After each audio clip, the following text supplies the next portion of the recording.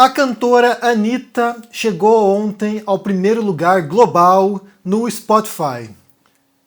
É sério. No mundo inteiro, a canção mais ouvida foi a canção em espanhol chamada Envolver. E aí eu vi três grandes reações, das pessoas em relação a essa notícia. De um lado, as pessoas, gritando aí, empolgadas, como se fosse vitória da Copa do Mundo, Vai malandra! Do outro lado, pessoas olhando assim, Anitta, e por fim, as pessoas tipo, tá, e daí? E aí começa a primeira pergunta. Onde você se situa? Você está do lado do Vai Malandra, do Anitta, ou tá, e daí? Põe no comentário aqui para começar já. Onde você se encaixa aí nessa Copa do Mundo do Spotify. Bem, vamos falar alguns pontos aqui sobre esse assunto, porque foi um tópico muito debatido ontem e eu acho que tem alguns elementos que a gente pode aqui pensar sobre isso e falar um pouquinho também sobre esse fenômeno, Porque a Anitta é um fenômeno no Brasil e já tem um tempo que ela tem aberto as portas para fora, para o exterior e tem conseguido uma audiência legal também no exterior. Então, para começar, eu quero falar sobre algumas críticas que surgiram em relação a essa posição da Anitta, porque houve um mutirão, Fãs da Anitta e personalidades fizeram um mutirão para que as pessoas fossem para o Spotify ouvir a música da Anitta. Ela estava entre o top 5 e ela conseguiu chegar no top 1. E daí, algumas pessoas disseram que esse sucesso dela, essa chegada dela ao top 1 foi artificial, que não foi orgânico, que não foi natural. E aí, esse tipo de comentário, ele é tão absurdo, ele é tão fora da realidade que a gente precisa pensar um pouquinho sobre isso, Quando você é um artista, ou um produtor cultural, ou, sei lá, uma cantora como a Anitta, você toma uma série de decisões conscientes para a sua carreira, para onde você quer ir. Eu quero lançar essa música, eu quero atingir esse público-alvo, você delimita qual é o público-alvo que você quer atingir, eu vou atingir esse público-alvo, eu vou fazer tal tipo de show, tal tipo de turnê, tal tipo de campanha de publicidade. Então, assim, é pensado, isso não vem do nada, a pessoa não compõe uma música e joga no mundo e começa a fazer sucesso. Ela vai e começa a pensar etapas para poder atingir o público que ela deseja e criar uma audiência, atingir a fama, se for o caso, atingir o sucesso, obter resultados. Então, a carreira é planejada, ela é pensada. Todos os artistas comerciais são assim. Todos os artistas comerciais que lançam discos, que lançam livros, que produzem filmes, pensam a carreira, pensam em etapas. Então, a carreira cultural, artística, ela, nesse sentido, se for pensar em termos de artificialidade, ela é artificial, porque é conscientemente planejada. E é aquela coisa, Você estabelece uma meta, você estabelece, um objetivo, e quando você transpõe os obstáculos para chegar até lá, você percebe que seu objetivo aí não era aquilo que você imaginava muitas vezes. Então você estabelece novos objetivos, e daí são novos obstáculos. Então, assim, é o tempo todo galgando degraus para atingir um novo patamar. Nesse caso, a Anitta consegue um feito histórico, inédito, que é de uma cantora brasileira chegar ao top 1. Nenhum artista brasileiro conseguiu isso antes, então agora é pensar qual é o próximo objetivo dela, qual é a próxima meta, o que ela quer depois disso. Mas, como eu falei, isso já é pensado. A Anitta tem investido na carreira internacional dela já tem muito tempo, então é pensado, não chega por acaso nesse ponto. Não é orgânico chegar no top 1, é um trabalho, é algo sistemático, é algo pensado, planejado. Então, primeira coisa. E se você for pensar historicamente, em todos os grandes artistas que chegaram, no topo das paradas de sucesso, provavelmente quase todos esses casos foram também estratégias de marketing da gravadora, estratégias de publicidade, de como atingir essa audiência. Inclusive ontem, por exemplo, eu assisti um filme chamado Walk the Line, que é sobre o Johnny Cash. O Johnny Cash e, depois que se torna a mulher dele, a June Carter. E você percebe ali, você tem ali grandes músicos, estão lá o Johnny Cash, o Elvis, o Jerry Lee Lewis, entre outros cantores, fazendo uma turnê juntos para poder criar audiência. Então a gente fala aqui de anos 60, nos Estados Unidos. Então, assim, é um trabalho. A carreira artística não é espontânea muitas vezes. E daí você tem figuras, tem alguns artistas atormentados que dizem o seguinte: eu não me importo com a audiência, eu não me importo com o sucesso, eu faço o que tem que fazer e o público que se foda. Teve até uma frase alguns anos atrás de um escritor aí numa feira literária, se não me engano, dizendo isso, que ele queria que o leitor se fodesse.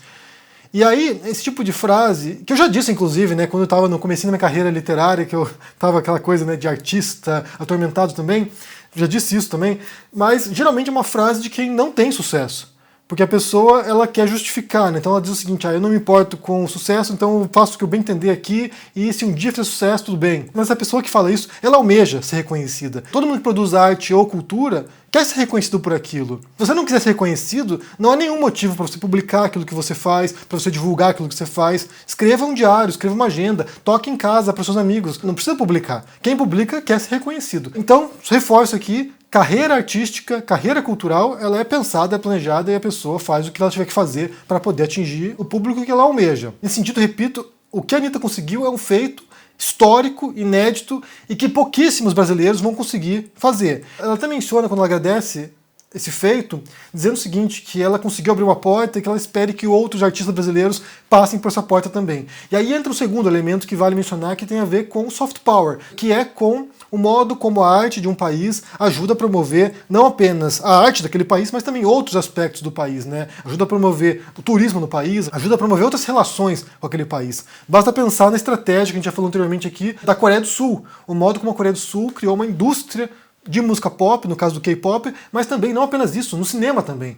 Então a Coreia do Sul investe pesadamente na arte do seu país para criar uma imagem sobre a Coreia do Sul e desse modo atrair investimentos, atrair turismo, atrair outros tipos de interesses para a Coreia do Sul. E essa é uma indústria multibilionária. Então, assim, o Brasil, em alguns momentos, já foi uma potência cultural em alguns aspectos. É até curioso, quando você vai para o exterior, né, conversa com alguns gringos aí, na Europa principalmente, ou nos Estados Unidos, você percebe como a bossa nova, ou seja, uma produção cultural dos anos 50 no Brasil, como a bossa nova, ela é altamente reconhecida no mundo ainda hoje, e as pessoas admiram profundamente a produção artística brasileira daquele período. Ou o cinema brasileiro dos anos 2000, né, com vários filmes que chegaram para o exterior, como Cidade de Deus, por exemplo, que foi indicado para o Oscar, e como o cinema brasileiro daquele período foi muito visto, reconhecido e elogiado. Em alguns momentos, a cultura brasileira, seja de modo isolado, como é o caso da Anitta agora, né, conseguindo por conta própria chegar lá, ou em alguns modos com fomento à cultura, né, com o país encampando essa promoção da cultura brasileira, você percebe que é capaz de chegar lá, né?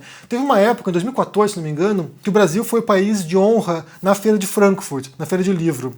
E muitos escritores brasileiros foram para lá, e muitos contratos também de autores brasileiros foram feitos no exterior, e traduções também pelo mundo. E naquele momento, eu como escritor fiquei muito contente, porque eu achei que aquilo ali abriria as portas da literatura brasileira no exterior. Não foi o caso, mas há esforços, como eu falei, individuais ou nacionais, de um governo, por exemplo, ou de um projeto de cultura governamental para a promoção da cultura. E isso é importante, porque isso movimenta a economia, isso fortalece a cultura, isso fortalece os artistas, isso permite novas vozes, isso permite novos artistas se manifestarem. Então torcemos para que essa conquista da Anitta ajude sim a abrir novas portas. E daí tem um outro aspecto também que tem a ver sobre o caráter político da Anitta, né? O modo como a Anitta tem encampado, já há um bom tempo também, tem encampado um espírito anti-Bolsonaro. E daí ela aproveita esse momento de visibilidade, né, para poder dar uma provocada nas pessoas e dizer o seguinte, olha, eu adoraria que essa movimentação que foi feita em torno da minha música para chegar ao top 1 no Spotify também existisse em torno de retirar o Bolsonaro do poder. Então vão lá e votem. Vão lá, vocês jovens, tirem o título de eleitor e votem. E vão lá e façam uma mudança positiva no país no sentido político. Então é importante também que ela se posicione, que ajude a mudar esse governo catastrófico, que é anticultura também, inclusive, né? Que é anti-música, que é anti-produção cultural, que é anti-arte. Então é importante que a audiência dela se movimente e vá atrás de votar e retirar o Bolsonaro do poder. Então isso é importante. Nesse sentido, ela tem um grande megafone e a possibilidade de estimular um senso de interesse na política entre os seus fãs. E por fim, para concluir esse vídeo aqui, uma questão que é importante a gente fazer, ainda relacionado a essa projeção da imagem de um país no exterior, feito através da cultura. Então, assim, a Coreia do Sul, a produção cultural da Coreia do Sul, como ela projeta a imagem do que é a Coreia do Sul, do que são os coreanos, do que é o país. E aí você tem a Anitta projetando uma imagem do Brasil para o mundo. E aí a gente pode levantar a questão se é o tipo de imagem que a gente quer que projete. Porque ali o conteúdo da música da Anitta, em essência, é uma hipersexualização da mulher brasileira. Que já é uma imagem que já existe no exterior, né? Então assim, a gente não pode fingir que não existe, a gente não pode fingir que a Anitta criou isso.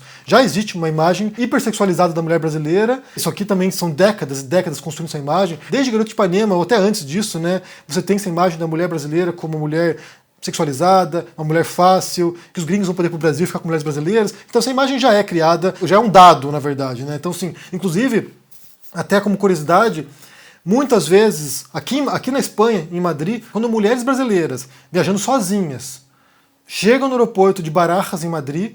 Muitas vezes elas são paradas e vão lá para a salinha da imigração para prestar depoimento lá para as autoridades, porque se suspeita que são prostitutas vindo trabalhar aqui na Espanha. Então, assim, já há esse preconceito, já há essa noção prévia de que mulheres brasileiras são fáceis. Então essa imagem não é criada pela Anitta. A gente pode questionar se a gente quer esse tipo de imagem associada ao Brasil, mas não dá para negar que ela existe. Por outro lado, é preciso pensar na série de vitórias individuais da Anitta e que podem simbolizar uma vitória coletiva. Então, assim, você tem uma mulher parda, periférica, cantora de funk, que também tem um estereótipo e um preconceito em torno disso, que conquista o mundo. E aí você pega a juventude brasileira, que também vem desse contexto, que também é periférica, parda ou negra, que também curte ou ouve funk. E esse jovem ou essa jovem pode olhar para a Anitta e pensar, olha só, aqui tem alguém como eu, aqui tem alguém que foi e conseguiu. Por que eu não posso conseguir? É claro que essa expectativa ela é essencialmente falsa, né? Até no texto do Adorno e Horkheimer, A Indústria Cultural, que está na obra deles, A Dialética do Esclarecimento, eles falam sobre isso, né? Sobre como a indústria cultural ela cria essa falsa expectativa do sucesso, de que se alguém como eu conseguiu vencer, se alguém como eu ganhou na loteria, então talvez eu possa ganhar também. É claro que o mundo real é muito mais brutal, muito mais frustrante. A vitória de um não quer dizer a vitória do outro. Mas isso dá expectativas, isso dá um senso de, olha só, é possível e eu posso me esforçar e tentar. Por que não? É evidente que fenômenos como a Anitta surgem uma vez a cada 50, 100 anos. Mas ela serve como um referencial. Ela serve como, sabe, aquele farol que serve de modelo. E uma outra coisa que acontece, e aí sim isso é fato, que uma vez que os olhos se voltem para uma cantora como a Anitta, que representa o Brasil, ou que representa um certo setor da cultura brasileira, que isso pode levar, não necessariamente, mas pode levar ao interesse por outros artistas brasileiros. Então, assim, ela de fato pode abrir uma porta e outras pessoas podem passar junto com ela. É difícil saber até que ponto que isso vai atingir outros gêneros musicais, outros tipos de expressão artística, que não apenas aquilo que ela faz. Se vai atingir MPB, cantores sertanejos, outros tipos de expressão artística. Mas possivelmente outros também vão ganhar com a conquista dela. Então eu quero saber o que você pensa sobre essa história, sobre essa posição número 1 da Anitta no Spotify, porque de fato é um feito. A gente é obrigado a reconhecer isso. É um feito extraordinário que ela conseguiu e isso é pensado, isso é planejado e ela se esforçou para isso. Ela trabalhou, ela fez estratégias para poder chegar nesse ponto e parabéns para ela. Uma grande conquista mesmo para ela, para o Brasil possivelmente também. Então, parabéns mesmo para a Anitta. E aí eu quero saber de vocês. O que você acha disso? Se você pensa que isso vai abrir oportunidades para outros artistas brasileiros também, se isso pode abrir portas, o que você pensa sobre isso? E por fim, o que você pensa dessa imagem que é projetada sobre o Brasil no exterior ou sobre a mulher brasileira em particular? Como é que você vê isso? Se é um estereótipo negativo, se isso pode ser positivo em algum sentido? Deixa aqui embaixo no comentário, deixa o joinha, se inscreva aqui no canal, se torne um membro ou um apoiador para dar uma força e se cuide por aí. Um abração e se cuide. Tchau! Fala, turma do canal do Henri Bugalho. Olha que especial esse convite que eu tenho para fazer para vocês. No dia 27 de março, às 8 horas da noite, vai ser lançado esse livro, A Riqueza e a Pobreza, Sermões de São João Crisóstomo, considerado o maior orador de todos os tempos da Igreja Católica. Um santo que enfrentou o poder religioso e o poder político para proteger os pobres, aqueles que necessitavam de acolhimento. Para participar desse lançamento, a gente vai fazer uma conversa entre Padre Júlio Lancelotti, que escreve o prefácio desse livro, Leonardo Boff, que escreve a orelha desse livro, e eu que apresento esse livro. Para você participar desse encontro histórico, é só você clicar no link aqui em cima ou aqui embaixo e gratuitamente se inscrever para no dia 27 de março, às 8 horas da noite, no horário de Brasília, ouvir essa conversa que vai ser histórica e inspiradora. Se inscreva agora e avise seus amigos e amigas para participar também.